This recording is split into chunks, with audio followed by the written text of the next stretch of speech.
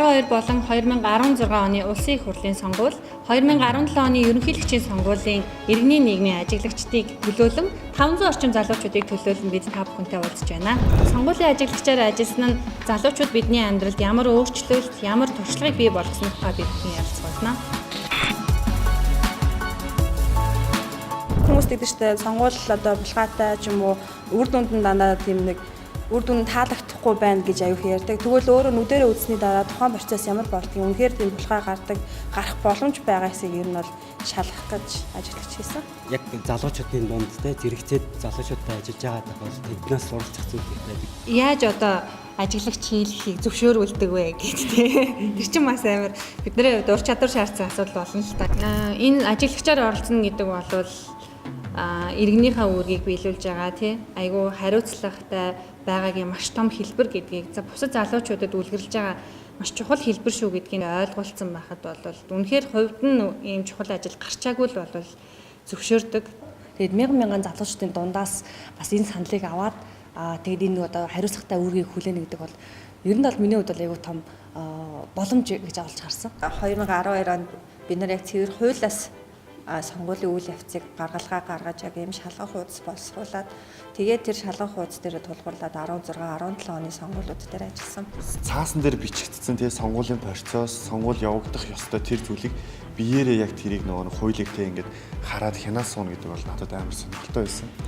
Цаасан дээр энэ процесс ингэж явагдсан байх хэвээр тэ энийг ингэж хянамна, энэ шийдвэрээр ингэж гисэн бүх юмыг яг өөрөө нүдэрээ суугаад тэр процессд нь оролцоод тэрийг хянаа явж ирсэн аюу маш том боломж. Нэг удаагийн сонгуульд ойролцоогоор 200-аад хүнтэй баг ажилладаг. Тэгэхээр тэр 200 хүнтэй бүгдээрнтэй холбогдох, багт хуваахч гэдэг юм уу те. Иймэрхүү ажлууд байдаг. Тэгээ хамгийн сүүлд арын албанд ажиллаж байгаа баг бол хамгийн сүүлийн хяналтын тооллого хийгээд дууссан хүн өглөө 6 цагт байна уу, 5 цагт байна уу, хэдэн цагт байна. Тэр хүмүүс гэртээ харьсан гэдэг мэдээг хэлэх хүртэл байж идэг, хүлээгээд байж идэг. Дээрээс нь хяналтын тооллогын сонгуул дээр бас очиж энд 6-7 хүн ажиллаж байгаа бол бүгд дүүрэг дээр очиж бас хяналтын тооллогын сонгуульд оролцдог. Оролцоотой хариуцлагатай иргэн гэж бас яг бидний нөгөө санал өгөхөөс эхэлтэй эргээд энэ нөгөө би сонгох эрхэндээ ажиглалтыг хийгээд ирэх нь өөрөө маш том өөрөө ажиглалт эргээд хариуцлага туршлагыг хөрвүүлэн гэдэг үүднээс анх зориглож энэхүү ажиглалтыг бол хийж байсан. Тухайн үед би ажиллаж исэн ажиллах гээд авж исэн сургалтын суугаад авж исэн мандатаа өдийг хүртэл хадгалсан. Тэгээ энийг эргээд харахад аюу их дурсамжтай. Бас тухайн үед аюу их юм сурсан болохоор надад их гой санагддаг. Яагаад хүмүүс сонгуульд оролцох ёстой юм? Тэгээ юуны тулд сонгуулийг заавал өгөх ёстой юм гэдэг тэр нарийн ширийн зүйлүүдийг бол айгүй нэг бүрчлэн мэдэж авсан. 16 онд нь улсын их хурлын сонгуулийн ажиглалт хийчээд үргэлжлүүлээд 17 онд нь дахиад ерөнхийлөгчийн сонгуул дээр ажиглалт хийх ийм боломж гарсан. Тэгээд ажиглалтаа хийгээд дууслаа гэдээ амьсгаа аваажсэн чинь цагаан сонголтын тоо маш ихтэй. Тэгээд дахин сонгуул явах болсон. Тэгэнгუთ 7 хоногийн дотор маш хурдан зохион байгуулалтанд орж залуучуудаа цуглуулад дахиад ажиглалтаа хийгээд үзье. Тэ энэ дээр ямар өөрчлөлтүүд гарах нь юу болох нь хэдүүлээ дахиад ажиллая гэд маш хурдан зохион байгуулалтанд ороод 50 залуучууд цуглуулад 20 хэсгийн орон дээр бол ажилласан. Тэгээ энэ дээр бол залуучуудын бас яг сүүлийн дахин сонгуул дээр ажилласан залуучуудын бүр сэтгэл, итгэлтэй тэр итгэл үнэмшил гэдэг юм бол сайн харагдсан. Тэн дээр бол маш баяртай байсан. Анхлаад төсөөл нэг тийм амар ширүүн зүйл болох юм болоо. Тэгээд гээврийн тал одоо тийм нэг сонгуулийн хайрцгийг аваад зутаачдаг тийм. Угаасаа яг нэг голгод багш нар маань яг сургалтууд ихлэ хамгийн хүнд гэсэн кейсүүдийг л бид нарт яг хэлж байсан учраас яг тэр кейсээр амар их тийм төсөөлөлтэй бас амар тийм сэтгэл хөдлөлтөд орж байсан. Ямар нэгэн бодлон гарах болов одоо яадаг юм бол гэдэг. Гэтэл яг яваад очиход бүх зүйл одоо тэр ажиглаж хийж байгаа бүх хүнд одоо дэлгэцээр харагдах үз. Бүх зүйл нь ил тод байдаг. Бүш нэрэ би камера цагаар гэж байна уу? Жоо тайруулчаарай. Сонгуулийн ажиглаж хийснээр миний хувьд бас айгуу том ахиц гарсан мэдээлэлтэй болсон. Тийм л өмнө нь болохоор цагаан хуудасд буюу цагаан сонголт маань яг хуулийн заалтаар байдаг боловч энийг ерөөдөө бол бид залууч бид ялангуяа мэддэггүй байсан. Тэгээ нөгөө нэг залуучдын бидний нэг алдаг зүйл болохоор сонголт юм чи ингээд хин нэгний дугуулдаг тий. Байсан бол миний хувьд энийг орсноороо илүү нөгөө хэрвээ бид нар сонголт байгаа юм бол бид нар цагаан сонголт байгаа юм на гэдгийг мэдэж авч бас өөрөө бас тий тэнд бас шийдвэр гаргасан учраас миний хувьд айгуу том төвшилт болсон. ажиглагчаар ажилласан хүүхдүүдэд залуучуудад ямар өр өгөж байдаг вэ гэдгийг ерөнхийд нь ингээ харахад бол улс төрд хариуцлагатай байх тий сонгуул өгнө гэдэг бол иргэдийн оролцооны маш чухал хэлбэр гэдгийг ойлгодог, өөрийнх нь санал чухал гэдгийг мэддэг болдог тий.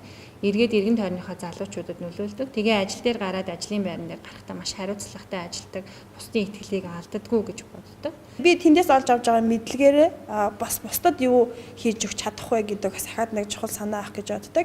Тэгээд надаар дутуу гэж бодож болохгүй. Яагаад гэвэл тэгж бодож байгаа хүмүүс олон байх юм бол чин дарах хүч хамаагүй цөөхөн болчихно гэж тайлбарсан. Тэгээд тэрний дараа нь хизээс бараг зарим нь бол хизээс сонгуул өгж байгаагүй гэжсэн найзууд маань маргааш нь ууцхтаа сонгуулаа өгчихсөн шүү гэд уулзсан. Тэгэхээр энэ дээр бол бид нар олон нийгэмдээ аюул том эерэг өөрчлөлтийг авчирч чадж байгаа юм болов уу гэж бодож байгаа. Надад ажилт гэхээр л мөнгөтэй юм уу, цалинтай юм уу гэл нэг уусах борлын бусад намуудын нэг ажил хийжтэй яг адилхан үгүй энэ чи ямар ч мөнгөгүй шүү дээ. Яг би ингээл иргэнийхээ оролцооныхаа дагуу энэ ажлууд ингээ оролцоо явуулъя гэтэл энэ зүйл дээр бол залуучууд их гайхсан шинжтэй. Яагаад энэ ажилт сонгуулаар баг хүн болол баг байжаал мөнгөтэй болол гарчдээ шүү дээ. Ухааны юм яриад чиж баг энэ ажилт хийгээд баг айгүйх мөнгөтэй болол гарч ирдэг. Гэх мэтээр айгүйх ажилладаг гэсэн. Миний нөгөө нэг олж харсан зүйл юу вэ гэхээр би нөгөө өөрөө яг нөгөө казак залуучуудын тийм төлөөлөлд олж оролцсон л доо. Тийм тэгээд бас давхар нөгөө нэг тэр үед яг оюутан байсан болохоор ангийнхаа бас 10 гаруй хүүхдүүд санал тавиад тэгээд ажиглагч хийж ирсэн бөөнөрөө. Тэгээд яг ингээд ангиараа ч юм уу ингэж бөөнөрөө ингэж юу оролцох боломжууд нэх хэн болгонд нэх олдохгүй байх. Тэгээд энийг яг хийснээрээ яг улс төрөөр төгссөн оюутнуудад ч юм уу тий цаашаага энэ одоо олон хүнд илүү нөлөөлөх тийм боломж олдсон гэж олж харж байгаа тий. Анхлаад өнгөө сайн дурын гэж хэлжсэн ч гэсэн бид нэр айгүй олон туршлагыг болж гисэн. Яаж ч үзэл хандлага үнэцэл мань айгүй тэгж батчиж бэхжиж өгсөн байгаа. Тэгээд эргээд юу хэмдэ тухайн үед би тэр сонгуулийн ажиглалтыг хийгээгүй шүү. Ийм зүйлийг хахад энэ улс төрийн наам гэдэг зүйлээс хол бай. За энэ ч угаасаа л шудраг босч штэ энэ зүйлээс ангид бай гэсэн бусад л яг нөгөө идэхгүй оролцоогүй ойлголтгүй залуучуудыг нэмтэл дунд л хөгжил явах байсан байх л та. Тэгэхээр тухайн ажиглалтыг хийснээр бол яалчгүй тийм одоо яг тэр хөгжиг буй залуучдыг бодвол хайрцангуй газар дээр бууцсан юм бодит байдал дээр илүү ойлголцтой ядчил мэдээлэлтэй эргээд дэрэгдээ байгаа тэр наадл ч хотлааштай гэж байгаа залуучууд үгүй энэ чинь ийм ингэж явдсан шүү дээ чи процессыг мэдэхгүй энэ зүйл болохгүй шүү дээ гэсэн тэр мэдээллийг итгэлтэйгээр хэлж болох тийм чадвартай болчихсон байна. 12 он, 16 он, 17 оны ерөнхийлөгчийн сонгуул гээд бүх сонгуулиуд дээр өөрчлөлтийн төлөөх эмэгтэйчүүд төрийн бас байгууллаа. Тэгээд бодлого залуусын яналт гэсэн хоёр байгууллага үргэлж хамтарч ажиллаж байсан. Маш их хүчин чармаалт гаргасан багаараа ажилласан тий. Залуучуудын нэг гэж бас энд заавал хэлэх ёстой. Одоо ингээд энэ 500 гаруй ажиглагчид тий хаана юу хийж байгаа вэ? За нэг 20-30% нь магадгүй иргэний нийгэмд ямар нэгэн байдлаар хамааралтай ажиллаж байгаа. Бусд нь юу хийж байгаа вэ гэхээр маш ийм нөгөө иргэнийхээ хувьд айгүй хариуцлагатай бичиж байгаа постууд нь хийж байгаа ажил нь тий тавьж байгаа мэдээллүүд нь маш хариуцлагатай, өндөр хариуцлагатай залуучууд байдаг. Би Монфнет үндэсний сүлжээнд ажилладаг. Тэгээд анх ажиглагч хийж байхад ажилдаа ороод удаагүй байсан. Тэгээд иргэний нийгмийнхийг бас сайн мэддэггүй байсан. Тэгэхээр энд нэг ажилласан ажиглагч хийснээр иргэний нийгмийн хүрээлэлд орох хүмүүсийг таньдаг болгох одоо айгүй хэрэгтэй маш тийм чухал байсан. Яг ажлын хүрээнд хэрэг болсон зүйл гэх юм бол өнгөрсөн 11 сард Европын аюулгүй байдал хамтын ажиллагааны нийгэмлэгээс сонгуулийн ажиглалт хийхэд сонгуулийн тогтолцоонд техник технологиг ашиглах нь гэдэг сэдвтэй семинар болсон. Тэгээд тэр семинар дээр Монгол улсаас одоо Монфнетийн байр суурийг сонирхё гэдэг саналыг тавиад тэгээд тэрэн дээр манай байгууллагаас ярьж байгаа чи ажиглагч хийж исэн туршлагатай юм чинь чи энэ дээр оролцоод тэгээд илтгэл тавьж оролцооч гэд манай удирдлагаас санал тавьсан. Тэгээд тэрэнд очиж оролцсон байгаа. Тэгээд яг тухайн үед болохоор гол яригдчихсэн санаа нь сонгуулийн техник технологиг шинжлэх тухай ер нь санаа байсан. Тэнгүүд залуусынхаа туршлагыг буюу ажиглагч хийсэн туршлага танилцуулснаар техник технологиос илүү хүмүүсийг мэдээлжүүлэх нь илүү чухал юм байна гэдэг санааг тэр үеэр бол хүргэсэн байгаа. Иргэний нийгмийн байгууллагад ажилтгийн нэг хамгийн том давуу тал нь юу гэдэг юм бэ гэвэл ямар нэгэн байдлаар нам бус тий альва нэг үзэл бодлыг хэд туушрахгүйгээр даах. Одоо юу гэдэг өөрийн гэсэн би даасан үзэл өөрийн гэсэн би даасан үн зүйлтэй болдгоор айгүй ач холбогдолтой юм болов гэж боддог. Тиймдээ ч ерөнхийдөө бол би иргэний нийгэмд ажиллахдаа амар өөрөөрөө бахархдаг гэх юм да. Одоо болохоор би лангтон төхөө гэдэг төрөмсөө олохтой ажиллаж байгаа. Одоо би яг ажилт хийж байхдаа өөрөө зүгээр гишүүн болоод ажилт бас хийж байсан. Дараа нь болохоор яг багийн ахлагч болоод ажиллаж хийжсэн. Тэгэхээр аливаад нэг удаа бол оролцоод үзсэн. Дараа нь болохоор баг хамт олон бас зохион байгуулалт хийсэн гэдэг аль алийн бас чадвар суудсан. Тэгээд эргээд залуучуудтай ажиллах, залуучуудыг юу гэдэг аливаа зүйлд оролцуулах тал дээр илүү санаачлагтай, байр суурьтай, ядчил тэдгээр залуучуудтай өөрийнхөө үзэл сонирхол мэдээллийг өгөхөд бол арай цэгцтэй өгдөг болсон ч гэдэг юм те.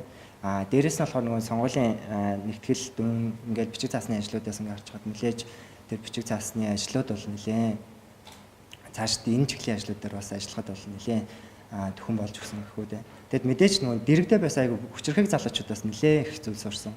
Тухайн залуучууд болгон өөр өөрийн чадвартай, өөр өөрийн онцлогтой, өөр өөрийн чадхтай байсан учраас тэр залуучууд болгоноос бас энэ залуучууд чинь энэс нь ийм зүйлийг сурч болох юм биш гэсэн тийм ойлголттой тийм одоо юу гэдэг туршлагуудыг маш зэрэг нэгэн зэрэг 200 300 500 залуучуудаас суралцах тийм боломж олцсноор бол энэ бол айгүй олон тийм айгүй том тийм боломж байсан гэж хэлмээрээ. Ер нь 12 онд яг ажилласан туршлага надаа маш их нөлөөсөн.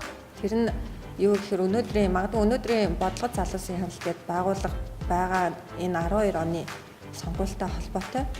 Ягаад гэвэл яг 12 оны сонгууль дээр нөгөө хууль судлал тэгээ 8 оны дараа ийм нухацтай үйл явдал босны дараа ингээд бид нар итгэвчээл аюул олон залуучуудыг иргэний оролцоо улс төрийн эрхээ эдэлцгээе гээл тэ урайлал ингээд явж байхад би их гүнзгий хаандаа сурах хэрэгтэй байна гэдэг сэтэл надад хамгийн түрүүнд төрсөн. Тийм учраас 12 оноос эхлээд миний сэтгэлд ийм нэг залуучуудын яг оролцоож хийсэн тэгээд яг асуудал нухацтай ханддаг тийм нэг орон зайг бий болох юмсан гэдэг хүсэл төрсөн. Тэгээд 12 онд бодож явсаар агаад 14 онд бодлого залуусын хяналтын төрөмс байгууллагыг хийх нь бас магадгүй сонгуулийн ажилтнанд оролцсон залуучуудтай хамтарч байгуулсан. Тэгэхээр энэ бол яг сонгуулийн энэ ажиглал гэдэг бол бүхэл бүтэн иргэний нийгэм бас шинэ залуучуудын төрөмс байгууллага, иргэний нийгэм байгууллага болох бас замыг бий болгож өгсөн гэж боддог. Тэгэхээр миний амьдралд одоо бол маш их нөлөөтэй байдаг.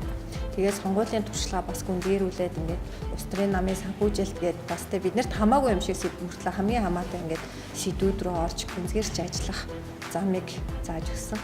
Энэ санаачлагыг бас гаргаад энэ сонгуулийн ажиглалт, иргэний нийгмийн ажиглалтыг хийх боломжийг олгож байгаа нийтийн нийгэм форум тий.